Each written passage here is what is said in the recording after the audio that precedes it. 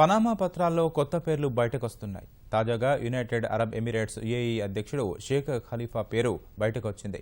లండన్లో ఆయన 11,335 కోట్ల విలువైన ఆస్తులను కలిగి ఉన్నట్లు పత్రాలు వెల్లడైందని గార్డియన్ పత్రిక బుధవారం ప్రకటించింది. లండన్లోని పలు ప్రాంతాల్లో డిపార్ట్మెంట్ స్టోర్ భవనంతో పాటు డిజైనర్ దుకాణాలను, అద్దె భవనాలను షేక్ ఖలీఫా కలిగి ఉన్నట్లు ఆ పత్రిక తెలిపింది. పాకిస్తాన్ ప్రధాని నవాజ్ షరీఫ్, ఆయన ముగ్గురు పిల్లలు కూడా ఇదే తరహాలో లండన్లో స్థిరాస్తులు కొనుగోలు చేసినట్లు పనామా పత్రాలు తెలిపాయి.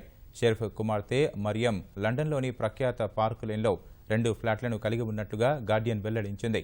ఇరాక్ మాజీ ప్రధాని అయద్ అల్లావి కూడా బ్రిటిష్ వర్జిన్ ఐలాండ్స్లోని 2 సంస్థలకు డైరెక్టర్గా ఉన్నారని, ఆయా సంస్థలు లండన్లో స్థిరాస్తులను కొనుగోలు చేశాయని ఆ పత్రిక తెలిపింది.